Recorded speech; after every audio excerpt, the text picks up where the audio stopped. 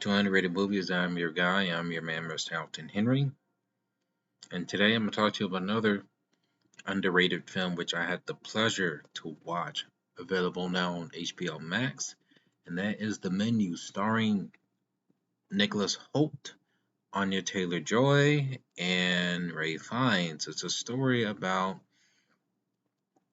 really about the dining of a new, well, I won't say new, but a fancy private restaurant where unfortunately the guests are treated to I think 5 course part meal that leads to murder.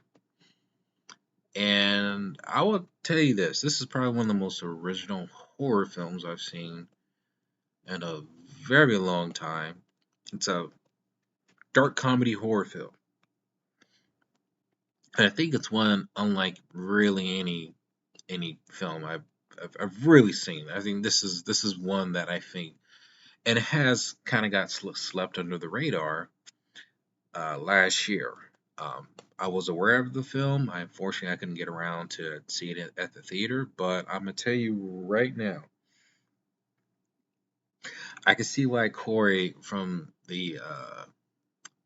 Double Toasted, Corey Coleman. For those who don't know, shout out to Double Toasted. Check them out. They discussed this about this film last year. This was a pretty good, damn fine horror film. And it's one to where it is very, very different. It's not a slasher. It's like psychological horror, but it's like if Battle Royale, the Hunger Games, took place in one location, which is at a dining room, but it was more psychological warfare between two characters,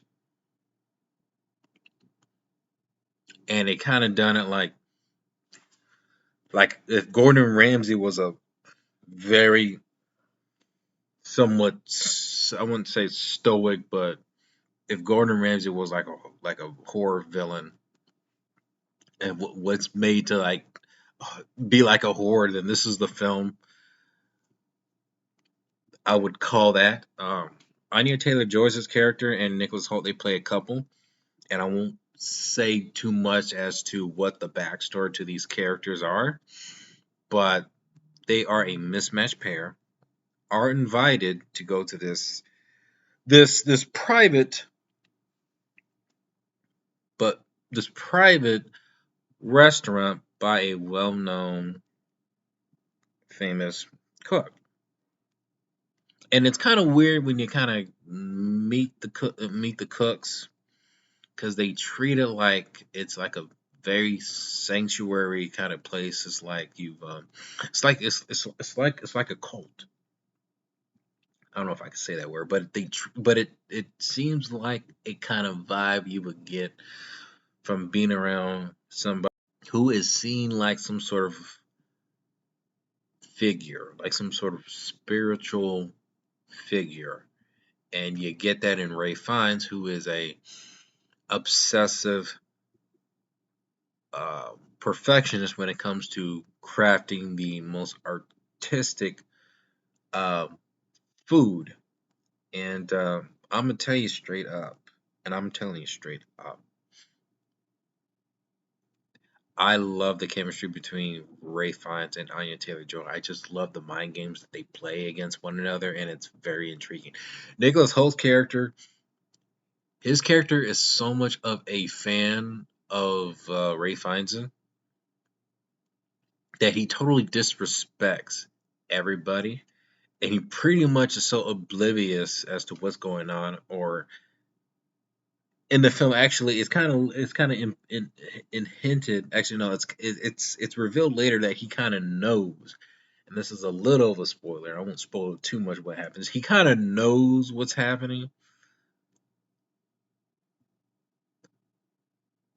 That this guy is so in awe with his work, but there's also another reason deep down.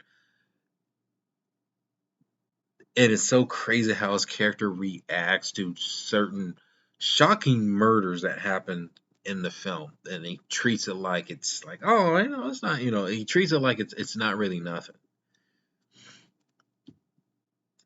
And the more you kind of get into what's happening and with his character, and then understanding what the whole end game or what the whole goal is for that situation, you're kind of invested.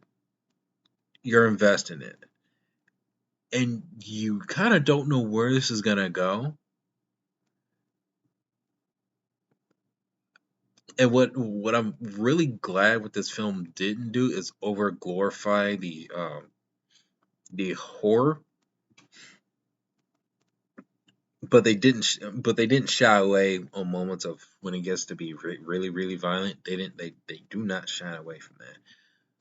But they found an amazing, and when I'm talking about amazing, balance of dark comedy and horror, and none of them really seem to really overtop the two. Maybe a little bit of the comedy because it deep down it's kind of billed as a dark comedy, and some of the situations that happens here and the way that this filmmaker was able to craft a well, it doesn't take away that this is actually a very enjoyable horror film where you don't feel too dark or depressing. It has a very enjoyable moment where you kind of don't know where this is going, but you're so in you're so into the story and into the characters. It keeps you guessing, but it also keeps you intrigued as to what happens next. I don't have no flaws with this film whatsoever, and this is a film you need to check out on HBO Max. Currently, right now, y'all need to see this. The Menu. Have you seen it? Comment below. Let me know if you have, and let me know what is your favorite underrated movie.